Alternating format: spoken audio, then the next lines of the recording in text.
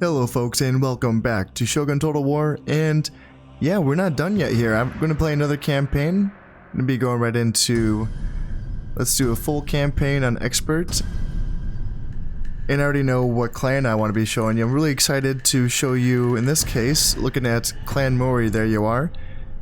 And let's see, so I'm going to talk, well, yeah, I can read this off to you, it's really short. The Mori clan have great respect for tradition and religion, which makes warrior monks eager to fight for their cause.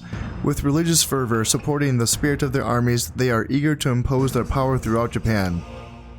Now, their strategic advantages are that they can recruit and maintain warrior monks for a lower cost. Now, that may sound like an amazing advantage because warrior monks are the best infantry troop in this game, just because Clan Mori actually is the poorest clan in this game.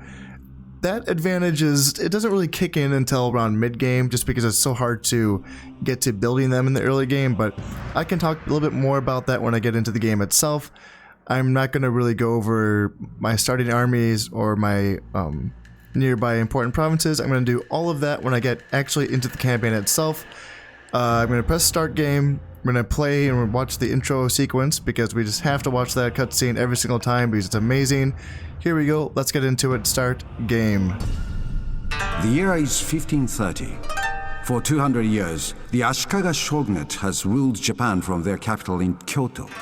The recent Onin War has shown that they no longer have the power to control Japan's great clans. The time has come for a new warrior to claim the title of shogun. Japan is divided between ruthless warlords. Armies grow stronger, only to be depleted in the frequent vicious battles that give this era its deserving name, Sengoku Jidai, the age of the country at war. Year after year, the endless plains that divided the clan's territories are stained with the blood of thousands of brave samurai, fighting for their liege lord and for their honor.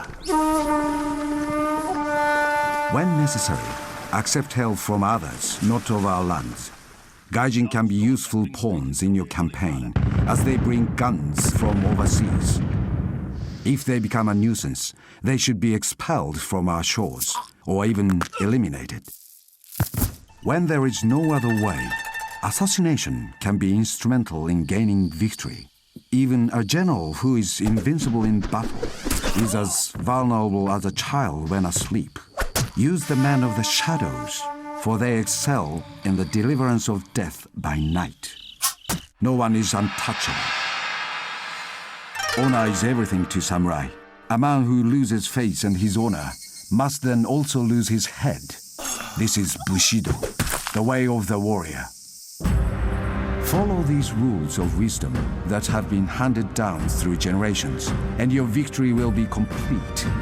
Japan can be ruled completely by only one man, a great warrior, general, and strategist. To become shogun will require battles to be won with the mind as well as the sword. Now is your time. Let total war begin.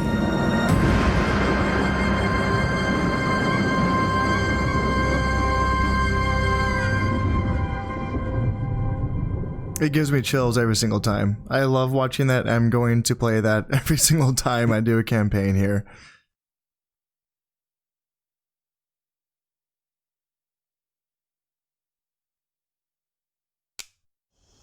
Okay, here we are in the campaign. I am the red guys. Now, on initial starting, just looking at it in the beginning for the Clan Mori, it looks a little complicated, and frankly it is.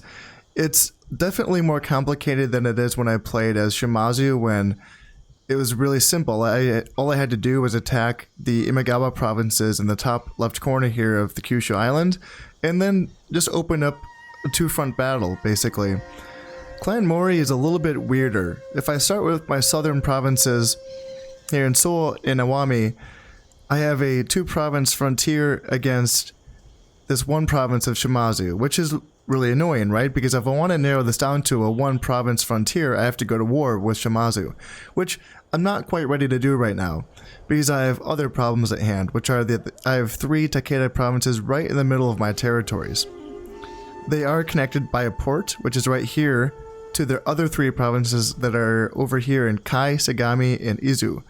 So Takeda does have this split domain here, which that is my first initial issue that I have to get rid of, is because I have so many border provinces that I have to guard because of these internal Takeda provinces, which I will attack and take care of on the very first turn here.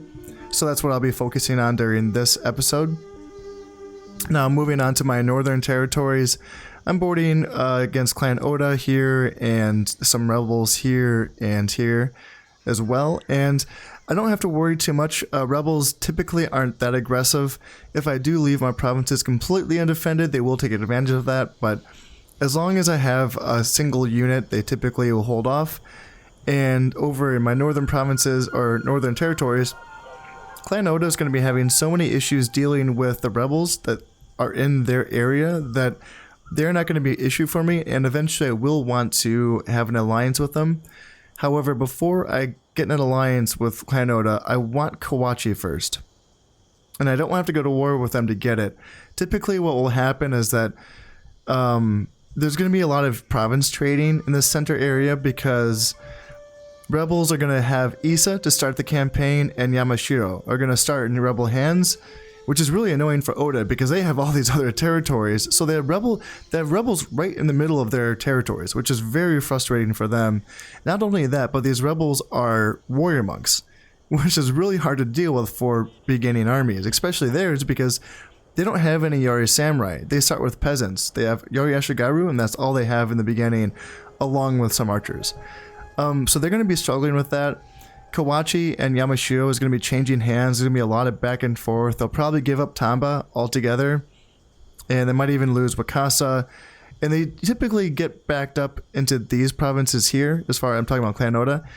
And eventually, when Kawachi falls into rebel hands, which probably won't take too long, I just want to make sure that I'm ready for them when this does happen. I will take Kawachi and then sign a peace negotiation with Clan Oda, just to make sure that we're allies. I'm sorry, not a peace negotiation, but an allyship. So we make sure that we're allies, and that way we can just guarantee that they're not going to attack us. It's not so much a guarantee in this game because there's no diplomatic penalty for breaking treaties at all. But one thing that's really useful about that is that when you're an ally, when you're allied with someone, you make 250 koku per year just for being in that deal, which is useful for both of us. That's going to help them out and just help them survive a little bit, which is okay for me. If they're surviving, that means they're kind of keeping the northern clans kind of bottled up in northern Japan. And it's especially good for me because I need that money. If I look here in my income, this is the lowest income that any clan is going to make at the beginning of the game in this game.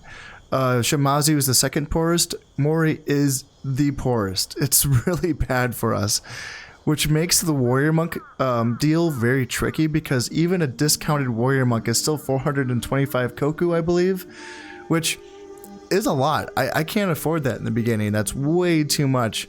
And in addition to that, I have to have a Buddhist temple to produce warrior monks. Buddhist temples cost 750 koku, and to build a Buddhist temple, I need to have a large castle, which costs 500 koku. So this really adds up here. It takes a lot of time to get to that point where I can make this work for me. Now, to give you an idea of how poor I am, just look at my farming yields. Seoul making 139. You can see right here, that's how much I'm making.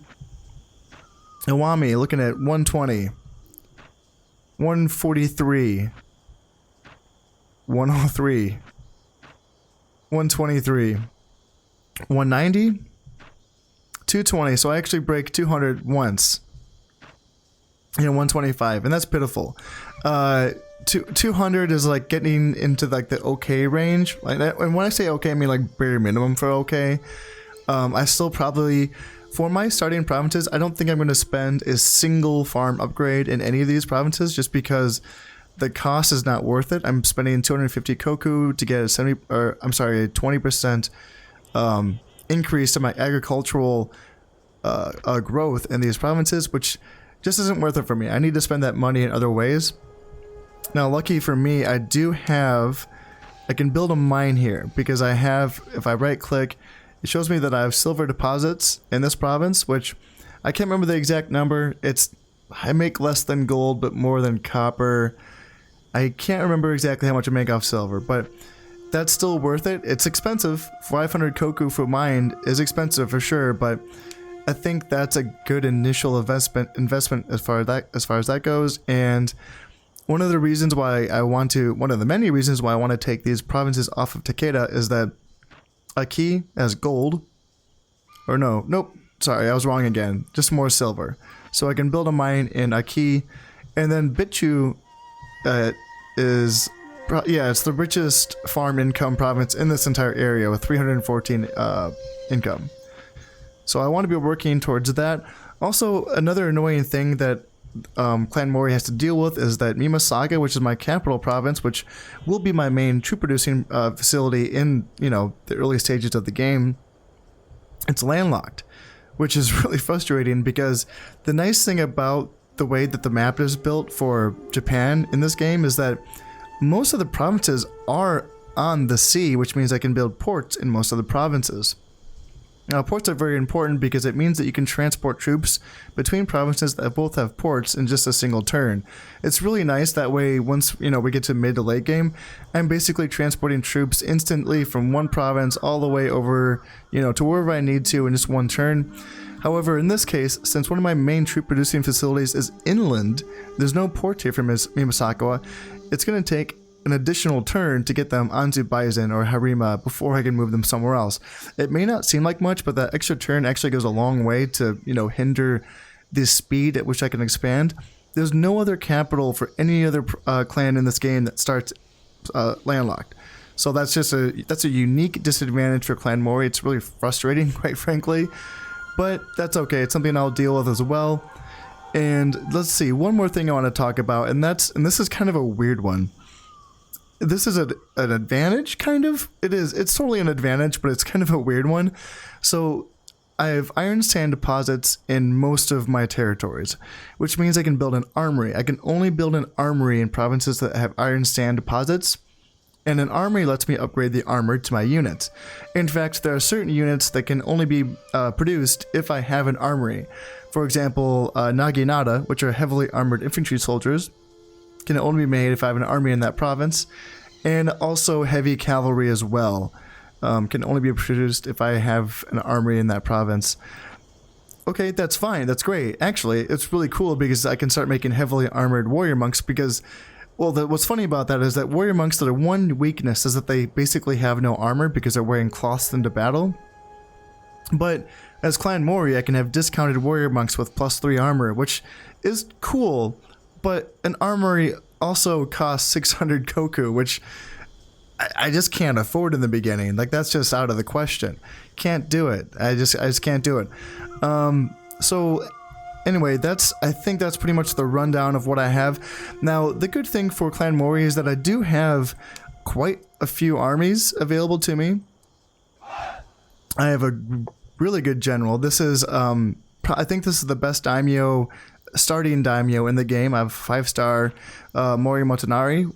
Now, he is a little bit older. I think he's also the oldest starting daimyo in the game at 33 years old, which is a little tricky. I don't think I have to worry about him dying of old age. Me, personally, I tend to finish my campaigns rather quickly, so I don't have to worry so much about him dying from old age, but still a little bit. Like, it's not out of the question completely, but I have to, make sure he stays alive. And at the beginning of the game, I only have one son who is not even... It's going to be a little while before he's of age and ready to lead, which means that until he's of age and ready to lead, that means if I lose my daimyo in that time, then I lose the game. So I have to make sure that doesn't happen. In addition to that, heirs are something that's hard-coded in the game. The amount that you get and the frequency at which they come with you, it's not random. And the level that they are stat-wise is also not randomized. This is part of the balancing of how the clans are, and frankly, it's how they kind of like Creative Assembly wanted to create clans in a way that worked the way that they did historically. So when I was playing as Shimazu, there was a lot of average generals that I kind of came across, but I had a ton of heirs, which is really nice because it's really hard to lose a campaign when you just have so many guys that the enemy has to kill before they end your family. Now with other clans, it's not so easy to run with that. So like in this case, I have to make sure this dude stays alive when he becomes of age. And I think I might get a second heir way later in the campaign. Yeah, obviously he's not even born yet, so it's going to be whenever he comes of age, it'll be 16 years, which is 4 turns a year, so it's like a million turns. Yeah, it's going to be a while before I even get, you know, a second heir, so whenever he comes of age, I have to make sure that he's in the right unit so that, you know, I don't get him killed. Let's see. So in the meantime, I do think I get decent generals though. Yeah, I get decent. See, that's part of the trade-off though, is that I do have a 3-star here. You know, got a 1-star, got a 2-star, so that's not bad. All right, I'm ready to. I think I'm ready to stop just talking. I'm gonna keep talking, but get into this. I'm gonna declare war against Lord Takeda, and I'm gonna take Aki. I'm just gonna throw all of these soldiers. I got 2 archers and then 2 Yari Yashigaru. Throw them in here. I have 3 units of Yari Samurai. I'm just gonna throw them into Bingo. And then I'm gonna throw all of these guys. Do I want to throw anyone else? Nah, that's fine. And then that's not quite enough. I'm pretty greedy on this first turn, and something that I like to take as well as Tajima. If you look here at Tajima, the province is famous for its shinobi, so any shinobi trained here will be of higher than normal honor. Now, shinobi is something that I typically like to build right away. In my campaigns, they act as kind of like an FBI unit. They attend to the internal affairs of the nation. So what they do is that they make sure that the people are happy or under control in their own way. What this is important for is that when it comes to rapid expansion, I want to have shinobis so that I can sit them in provinces to make sure that the people don't revolt and rebel against me. The other way to deal with this is by keeping garrisons within provinces, but soldiers cost upkeep. I have to pay upkeep for them every single turn, and having them sit in a province just to keep the province from rebelling against me is a waste of money because I'd rather have my soldiers fighting. Now, shinobi only cost 100 koku, and in addition to that, there's no upkeep. They're free after that. I just have to pay the initial 100 koku, and then sit them in a province, and they'll just keep that, you know, they'll boost that province's population loyalty. So I typically like to build that, I'll show it to you, the tea house. I like to build this on the first turn, just so I can get those shinobi being pumped out as soon as I can. But there's a couple of things with that. First, I don't want to build it in Mimasaka because Mimasaka being my capital, it already has, let me just show you. It already has a spear dojo and an archery dojo, which produce spearmen and archers. So I need this to be producing soldiers, not agents. My agents, even though yes, I do have a tranquil garden here, so I can produce emissaries, I don't want to be wasting any turns building emissaries in Mimasaka. I'd rather have another province dedicated solely to producing agents, which in this case, Tajima is kind of the perfect fit for that. I can produce obviously a shinobi here of higher honor, and then if I want to later on down the road, I can kind of build other agent buildings if I want to. But we'll see about that. It's a little tricky. It's, you know, a couple turns away, so I have to take this and then build a castle, which is 2 turns, then build the tea house, which is 2 turns, then build the shinobi, which is 1 turn, and then get the shinobi back over here, which is a couple more turns. So it's not the most efficient way. See, that's the thing. This is the way that I always like to play this. I always like to take Tajima. Always, always, always. But lately I've been wondering if Sanuki is the better idea to take on turn 1. It's rich. It's 380 koku, which is really nice. And I know that Clan Shimazu will be going for this island soon in the campaign, so it's just nice to have like a foothold in Sanuki. So it's very tempting. Now, what I've attempted to do in the past, just a couple weeks ago, I was trying to take all the Takeda lands plus Tajima plus Sanuki all on 1 turn, and it just got too tenuous. It was really difficult to keep public order up in all of my provinces, and I was having trouble. Frankly, I was having trouble with like rebels, like coming from the mainland, like attacking me because I was just like, yeah, they kind of band together. The rebels, once you start messing with them, then they kind of like, all right, let's attack this dude, and yeah, they did. So I was having a hard time dealing with that. So I think I'm gonna play it kind of the safer route and just choose either Sanuki or Tajima. Sanuki is super tempting just because that's a lot of money. That would be immediately my richest province, but I'm going to go with what I know. So I'm gonna take this 3-star general archer to Tajima, and this Yari samurai right there. Now let's see, I am building this mine, right? I just want to double check that. Yes, I am building this mine. Now I'm just going to be building Yari Ashigaru. They're cheap, and frankly, I'm just going to be producing a lot of these in the beginning because I just can't afford anything else.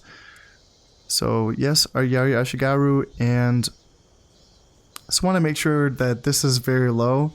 This increases, that helps increase my population loyalty, so I want to make sure my taxes are set to very low.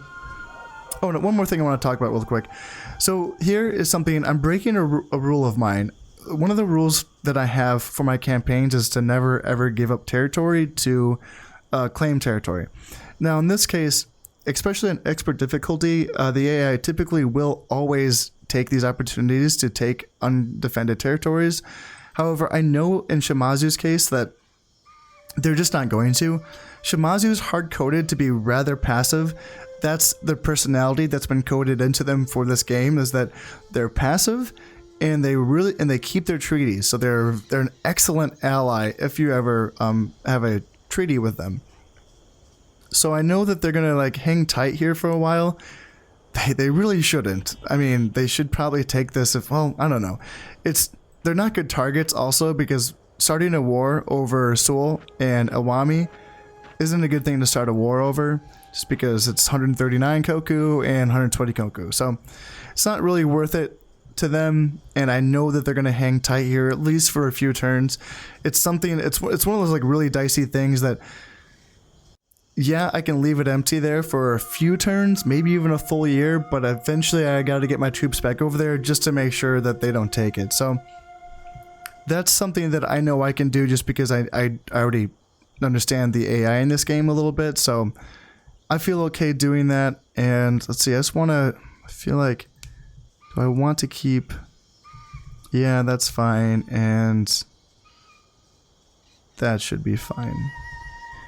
Now, also with my emissary, like I said, I do want to make an alliance with Oda eventually, but not quite yet. So there's nothing really to do with him for now. I can send him over. I'll just send him over here and have him keep an eye on these territories. He can just do a little bit of spying for me in the beginning. I just don't want to get him killed by an assassin. The only clan that has assassins in the beginning are not Yusugi, but Imagawa, which have territories here and here in Suruga, Totomi, and Mikawa. So if I have my assassin or my emissary kind of in these areas, then he might hopefully be safe from assassins. All right, we'll see. Now let's see if I want to. Is there anything else to look at? Just triple check my taxes. All right, let's end this turn.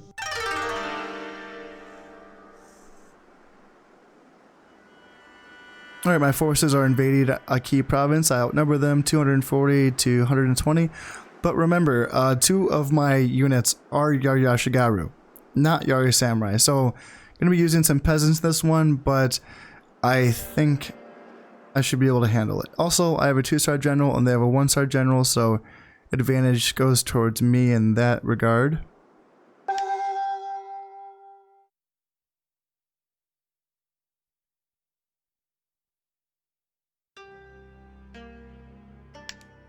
Fine day, I'll take that weather. Since I will be essentially depending on archers to win this battle for me, I don't want to be fighting in any rain. And I just want to do a simple grouping for my archers and my Ashigaru. Now I can't set up formations when I'm on the attack in this game. It's one of those things where I can group my armies, but I can't actually set formations until after I click begin battle. Now, because the maps are so big, that's typically not an issue. Defending armies aren't going to bum rush me or anything like that. In addition to that, I can kind of set the formations once I get closer to the enemy army. So let's get into it, shall we? Now, they're always over here. Yes, they are. So I don't think they're in... Wait, are they in these woods? So if you look at the mini-map, they are denoted by these, the black figures with the blinking icon. That's Takeda, which makes it look like they're right there. Huh. They're usually not right there, so that makes me a little nervous. I wonder... So typically what I do here... Nope. So typically what I do here is I go around the edges and I get a height advantage, and I can kind of shoot down into them from up here. So,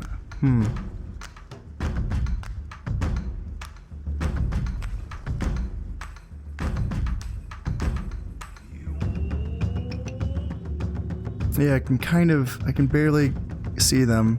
Got some samurai archers there. I'll speed it up just a little bit to see if they're gonna come out. See, it's gonna be hard attacking them when they're... I know it only seems... It's just a slight hill, but it's still enough of a hill. And I really don't want to be taking a lot of casualties in this battle just because I just got other battles to fight. I can't be... don't really want to be spending a lot of money replacing troops and training new troops, so... And in addition to all of that, this province that I'm attacking actually does have a castle, so any troops that survive this battle are going to be retreating to that castle, and then I'm just going to have to attack them again, so... yeah, this could be a bloody couple of turns, and if I could kind of reduce the casualties by making this... Yeah, we'll see how I go with this. And maybe I can kind of draw them out a little bit. I can draw him out and have him attack me. Depends on how my range goes. Maybe this ridge would be nice if I can kind of get him up here. And yeah, it's probably still going to be too far away. I wonder if I should send my Ashigaru forward a little bit to see if I can draw out some arrows and maybe draw him out of the forest itself. That's another idea. Or just attack from the back here because the ground seems a little bit more level in the back. Now I heard some noises, I heard some shouting, so that makes me think that they're moving. Nope, they are just standing. Alright, are they moving or are they standing?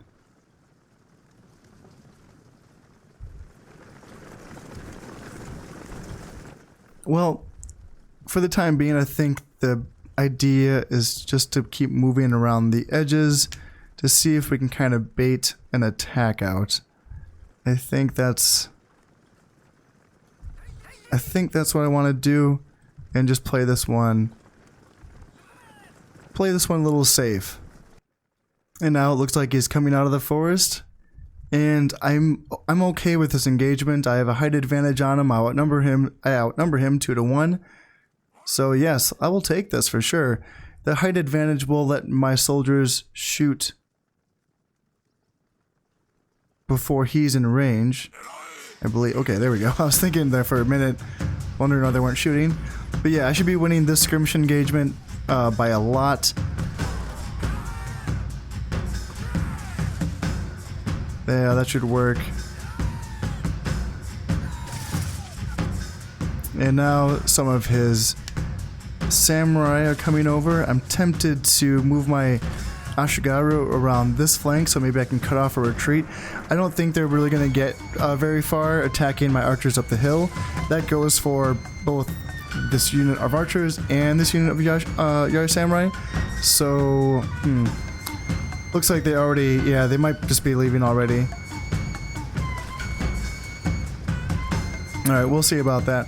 My Ashigaru are faster, but I don't know if I really want to go into a full-on chase. It's tempting. Yeah, they're marching quickly. They're getting out of here.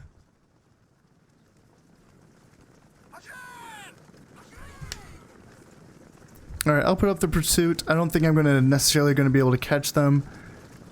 But, we'll see. It would be nice to at least be able to take out this entire unit of archers, just because in that castle battle I was talking about, if I can simply shoot at them from outside of the castle and take out this unit of Yari spears, that would be really useful, because that can minimize my casualties. But if there's 21 archers shoot at me, then yeah, they can do just a little bit of damage. In this case, I've only lost 2 soldiers so far in this battle. One Ashigaru was shot and 1 archer of mine was shot. But it looks like they are probably going to be able to get... I don't know if I'll be able to cut them off. We'll see. I'll try. And I'll speed it up just a little bit here.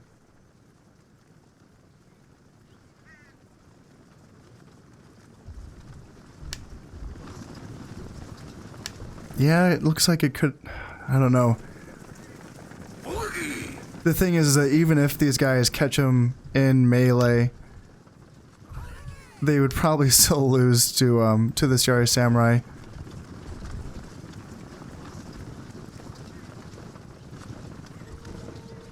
Oh, see. Now are they going to turn around? Or are they going to keep fleeing? So now they're fleeing for good. And let's see if we can still get a few of these. See, the thing is that this general's still alive. And, alright, can we get this guy? Come on. No, he's gonna get out of there. That's okay. Lost 2 men, took 41 of theirs. So I'm gonna have a siege battle. Alright, I've taken control of the Aki province.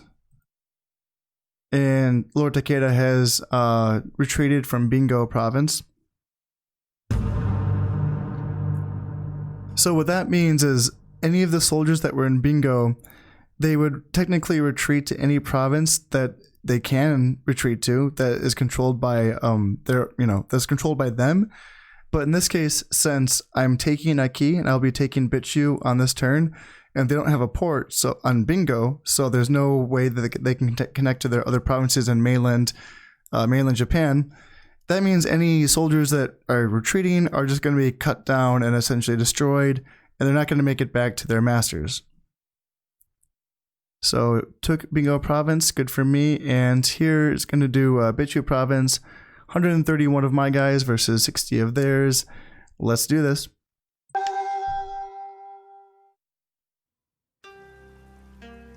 Alright, let's see. And it's raining, and I actually like that. Yeah, I'm fine with rain for this one because I know I'm going to be facing off against a unit of cavalry archers. That's all they're going to have. So if I can minimize the casualties I can take from arrows, that would be good. However, if I can get heavy rain, that would be even better. So let's see if I can get... Yeah, I'll take this. I'll take rain showers expected all day. This might even be in a thunderstorm too, which is really cool. I think the thunderstorms in this game are so awesome. Let's see. Alright, I'm just going to get my guys grouped up, have my daimyo fighting in this case, so a unit of heavy cavalry. Basically just going to have him rush across and bomb rush this unit of cavalry archers.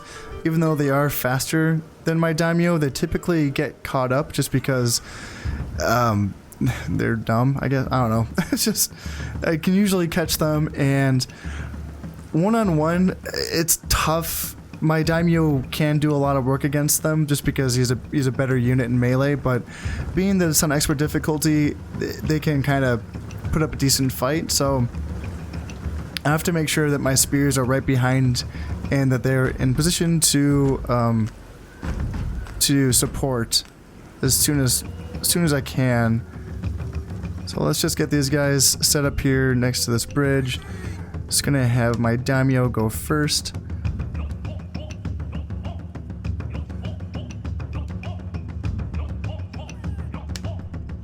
Then I'll have my Yari Samurai right behind. And I can bring in my archers afterwards. They're probably not going to get involved though.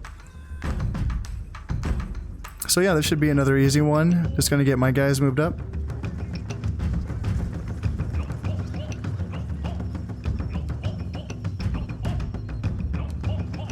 And without wasting any time, let's just get into it. Attack right over the bridge. Let's go. Let's go.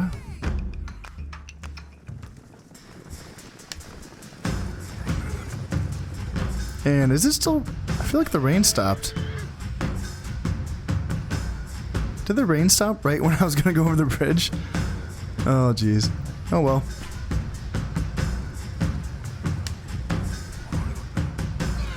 Yeah, so I was able to catch them, and that works out for me. Now I just have to simply get my spearmen into combat as soon as possible. So far, my guys have not lost a single man. And they have lost 8 of theirs. So come on spearman, let's go. Your daimyo needs you. Still haven't lost anyone. Also, the good thing about this is that my my daimyo's bodyguard, they replenish after every single battle. So any guys that I lose in this bodyguard unit, they're gonna be fine. I'm just gonna have a full 11-man unit in the next, the next turn. And I still haven't. Okay, I've only lost 1 bodyguard unit after all that fighting. They're down to 16 men out of. Oh, that guy's outnumbered. He's facing off against 3 guys. All right, so beat them pretty handily. Didn't kill the general, but that's okay because they have nowhere to retreat to. Like I said before, since they've lost their other 2 provinces, these 8 guys are going to be done for, so that's fine. Lost 2 guys. So one of them was my heavy cav, so he's going to be replenished. So essentially only lost 1 guy, really. Alright, Bichu province conquered, there we go. And, oh yeah, almost forgot about this one. Tajiban province, 120 versus 60, it's just going to be a unit of Yashigaru. The main thing with this, actually, is just to make sure the bugger doesn't run away and basically draw kite me so the time runs out. So, that shouldn't happen. That's happened to me like maybe once, but yeah, it's really annoying. I'm fine with light wind, that's okay.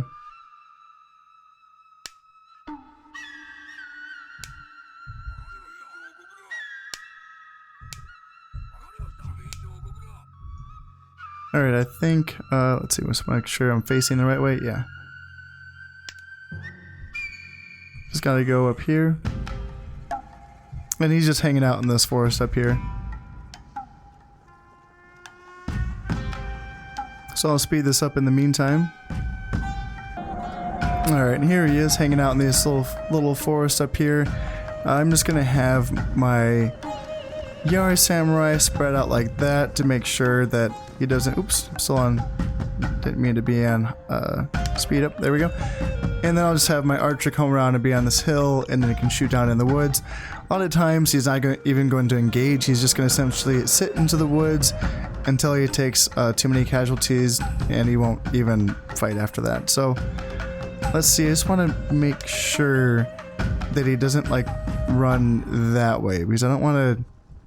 Don't have to chase him. That would suck. Alright, get my archers in position. And I think they're just out of range. So let's...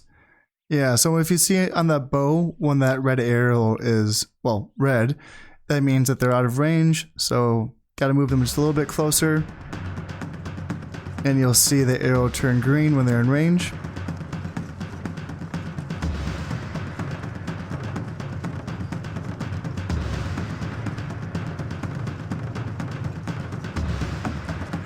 And there we go. So they'll be firing away.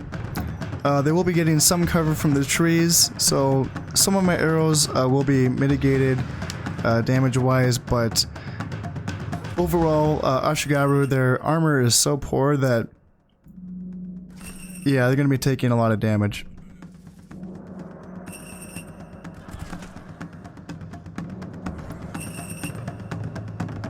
Alright, what's going on here? Alright, so now they're...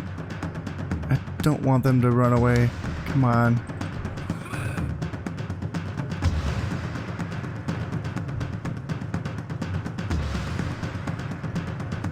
Yeah, I really want to make sure he doesn't, like, escape out that way. Alright, so want to make sure that he's still shooting. And he's going to try to make a break for it. Yeah, he's trying to decide face the arrows or face the spears. It's a tough choice. Not one that I've ever had to make in my life. And because he keeps going out of range, my general keeps dropping his order to fire, so... And I should just be able to shoot them to death here until they're finished off. Just a few more left. It's 3, 2... Alright, he's done. Just one more left. Can I get him? Probably not. He's probably going to get away. Like I said before, the Ashigaru are nimble fellows, but I don't think he's going to draw kite me. I think I should be able to... This battle should be mine here. So I'll just fast forward this one.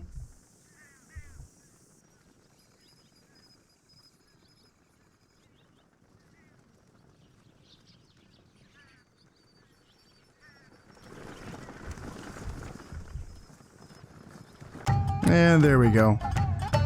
Victory well done.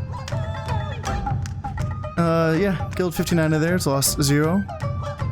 I'll take it. Tajima province conquered, that's looking good. I'm happy with that so far. And I can take a look at a few things here for my end turn.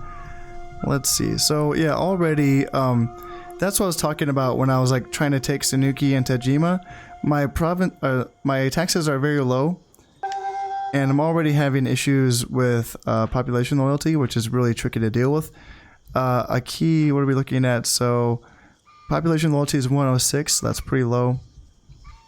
And here 109, also pretty low. Now what I can do is I can bring this Ashigaru unit from Harima back up to Tajima, and I can bring this unit from Imasaka to Harima right there. And let's see, I'll keep him moving. My emissary can keep spy for me. And then as far as a key goes, do I want to bring over some more units? I think the answer is yes. I will be attacking, and I will take a key. Now end the siege. And I think for now I'll just send over one. I'll probably have issues in bingo as well. But yeah, one unit should help that, help a key out. Alright, anything else? Yes, I do want to start building a castle right away in Tajima. And I want to build another Yayoi Ashigaru here in Mimasaka. Now, autumn is the season where the harvest is collected, so anytime I can in autumn, it'd be really nice if I can essentially have higher taxes so I can make more money, but I don't think I can pull it off here just because if I do low, I'm already in the red here. 99% is... That's a very low... Frankly, 99 is not bad. I probably would be able to make it okay without having a rebellion, but I just don't want to risk it. Giving them more soldiers to fight with, that would essentially probably be Takeda loyalists that have to be fighting, and I just don't have to mess with that. I'd rather just have... I'm not going to make a lot of money, but at least I won't have to lose more soldiers fighting battles that are pointless. So that should all be fine. I'm just going to take a quick look here at my throne room, which I haven't shown you yet. So the throne room is what I like to use to look at a map of Japan.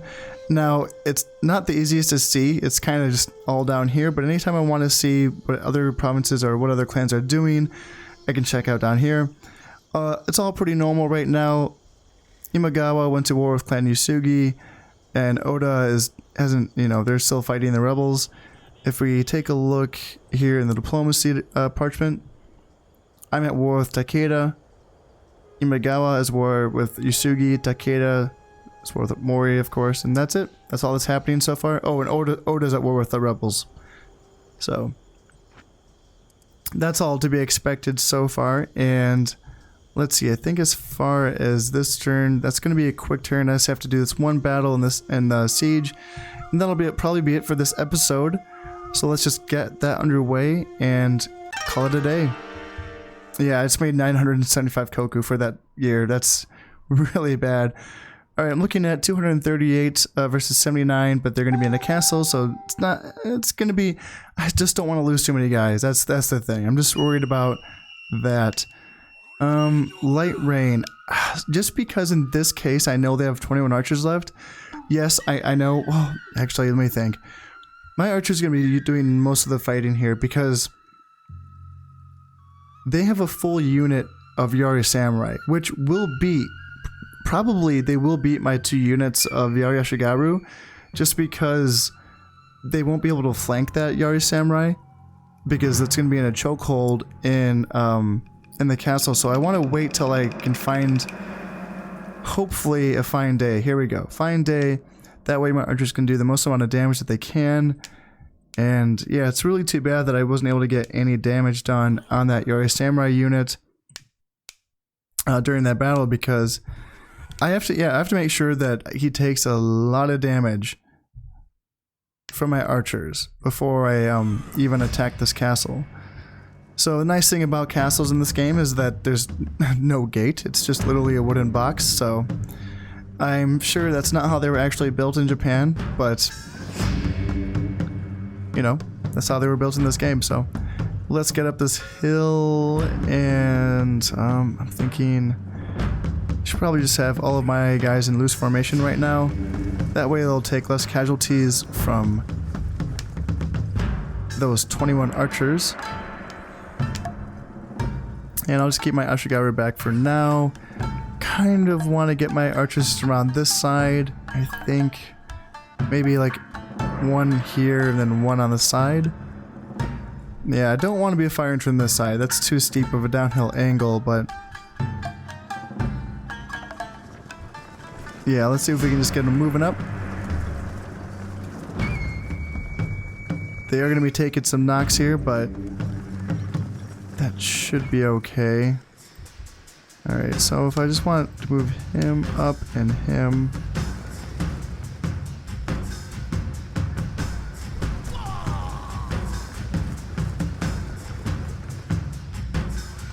Yeah, I got a full unit of 60 Yari Samurai. That's going to be a tough nut to crack, and I'm tempted to just completely I'm tempted to just basically ignore that unit of 21 archers, because I should probably spend all of my arrows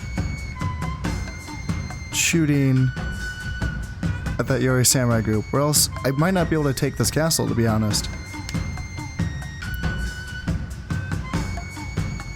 So let's spread them out like that, or maybe even like that. Yeah, if my Ashigaru have to attack headlong into this unit of Yari Samurai, they will most certainly lose. So this is definitely not a given. I just have to make sure I do a lot of damage to my archers, and I'm already taking quite a few casualties that I don't want to be taking for sure. Man, how are 21 guys? Okay, 19 guys. Jeez, oh Pete's. Yeah. Maybe move them back a little bit, see if I can kind of get them shooting at this unit instead. I know right now he's targeting my general unit because he is my general, so that's why that's happening. But if I can kind of, if I can get him shooting at this guy, I can kind of even out the casualties a little bit, which I'd be fine with. Alright, so now they're all shooting, and I basically just want them all shooting there. And let's see how we're doing. Took 2 out so far.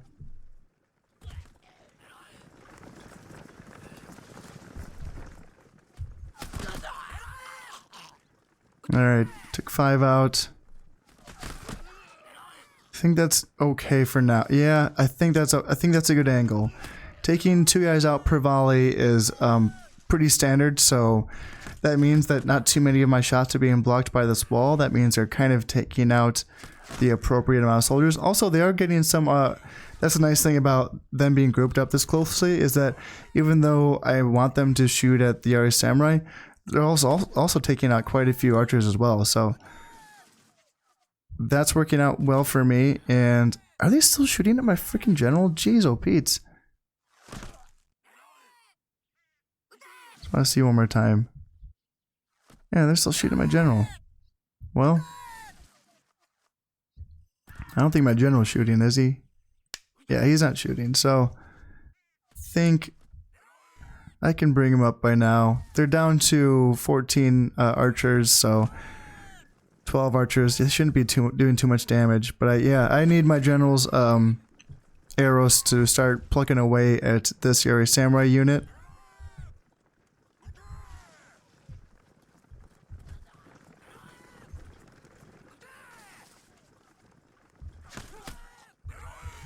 And let's see, I just want to make sure he's shooting at the Yari Samurai here. And him too. I want him shooting at the Yari Samurai.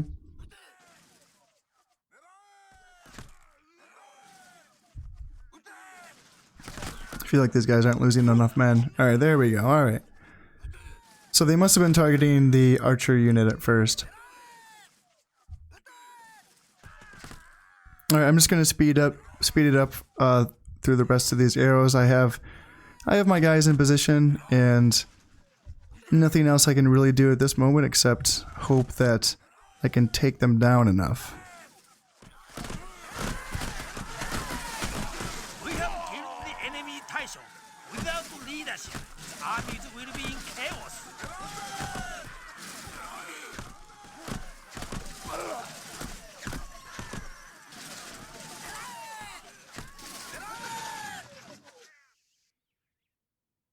Alright, and I've expended all of my ammunition, and I think I just about did.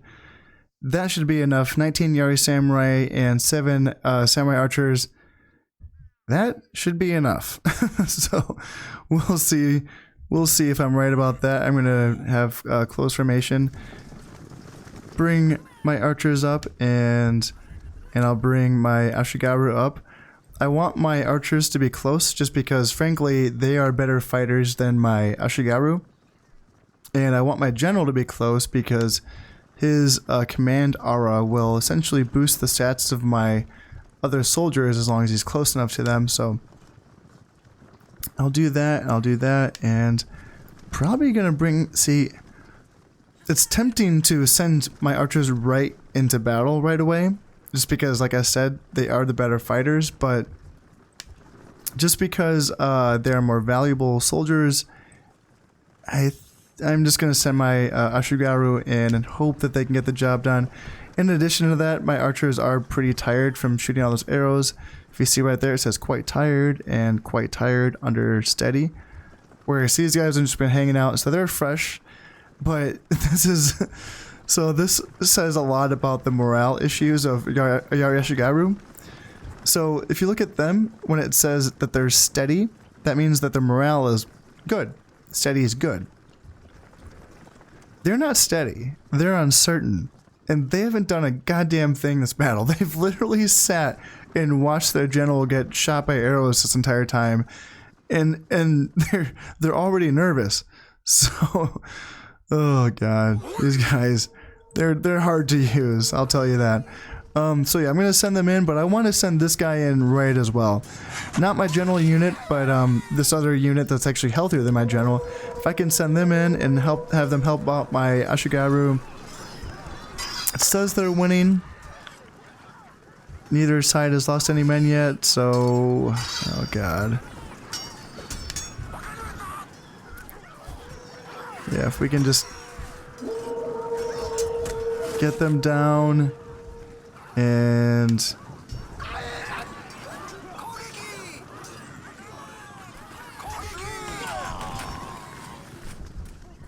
alright, come on, surely that's enough. I can send my general in as well. Because right now it's already saying that they're, let's see, winning easily. Which isn't good.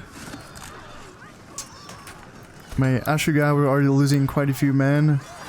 Let's see. All right. I think some of my archers are getting in there. Yeah, some of my archers are getting in there, and they're turning the tide of the battle. Yeah. Yep. Yeah, my Ashigaru really were taking a beating, and I think my archer unit was able to kind of turn the tides on that one. Alright, let's get in here and finish this up. I'll just path all of my guys past the enemy to try to get them to run past them, and once they run past them, then they can do their killing once they have them surrounded.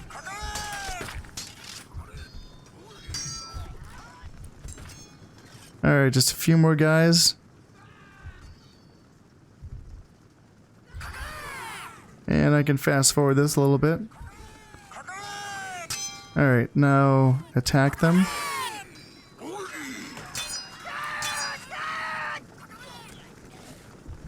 And this is just one more. Come on. There we go. Alright, so I did lose 45 guys, and that is, that's tough, man. That's why castle battles are pretty tricky. Lost 28 Yashigaru from this one unit. Man, oh man, that's tough. Yeah. Tricky. Alright, let's move on. Done with that battle. And this general was promoted, so that's nice. Got him up to 3rd rank. And yeah, so average harvest netted me 975. So that's very bad. I was even thinking that would be a poor harvest just because of how bad that was. But considering that I've just made less than 1,000 on a average harvest is very pitiful. So bad, yeah, that's bad stuff. Bad stuff for sure. Alright, so these guys are just a little bit banged up, not too bad. Just want to get them out of this castle. And first thing I want to be doing here in a key, it's tempting to go for that mine just because, you know, making that extra money and all that, but I want to be producing, what's more important to me now is making more soldiers quicker. So I'm going to be building a spear dojo here so I can build more Yari Ashigaru here. And let's see, see everything's green and I'm tempted to, well that's not green. What are we at here? 117, that's pretty okay. Yeah, that's fine. And what do I want to be doing with this Ashigaru? So we got rebels taking over Tamba, 2-star general, not bad. Huh, interesting. So I want to take a look at Kawachi now and see what's going on here. And let's see.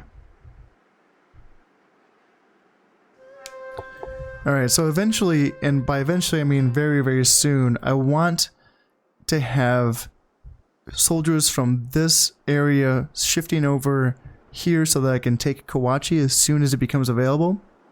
However, in the meantime, I think I have to have these guys sitting in these provinces just for a little bit.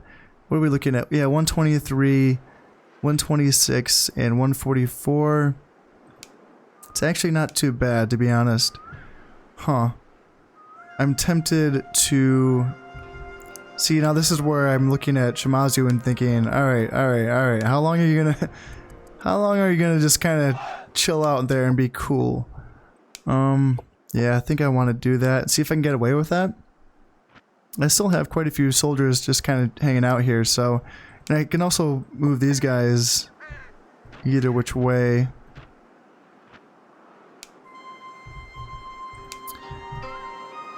Yeah, so I think for now... Yeah, I'm just going to move him up just to make sure things are all Gucci there and move him there. And I'll put another order for some Yari Ashigaru. Alright, so what do I have being built here? If I do the math real quick... Oh, I can't do math. What am I kidding? So I have a Spear Dojo being built. I have a Yari Ashigaru being built. That's 350 for this turn itself. My castle is just one turn away from being done, so I'll be spending another 250 on a tea house. That means that's 600 down the drain. And yeah, that should leave me with another just few hundred to build more Yari Ashigaru during this year. So it's going to be pretty tight for sure. But that's the way it goes. So now I have my borders re-secured again, air quotes, and hopefully that should be fine to keep Shimazu off my tail over there. This should be fine. Alright, but anyway, that's going to be it for this episode. I was able to get some... That's a solid start, I think. And considering that Mori is one of my more awkward clans to play. Now, don't get me wrong, I don't think it's one of the hardest clans to play in this game. I think that's reserved for Oda and Ibegawa. However, actually, ironically, I'm more comfortable playing those clans than I am with Mori. Mori, I think, is right in the middle when it comes to difficulty level, but it's awkward. For me, at least, it's awkward to play. And I feel like I have a pretty good beginning for Mori. I feel like I can get out of the gates pretty well. I think that's a pretty solid first couple turns. But it's not over yet. I still have, you know, rebel-held Shikoku Island. You know, I still have Shimazu to deal with in the south, and I have to get Kawachi with the right timing, just because that 420 Koku for Kawachi is really juicy. I really want that. And it's a river province, so it's easily defendable. So it's something that makes a very good frontier province on my northern border. So I want Kawachi. I just need to wait for the rebels to take it, and I need to make sure that I'm in position to take it once they take it. So that's looking good. So I hope you all have enjoyed this episode, and until next time, this has been Kana Step, and this has been Shogun Total War. Thank you very much, and goodbye.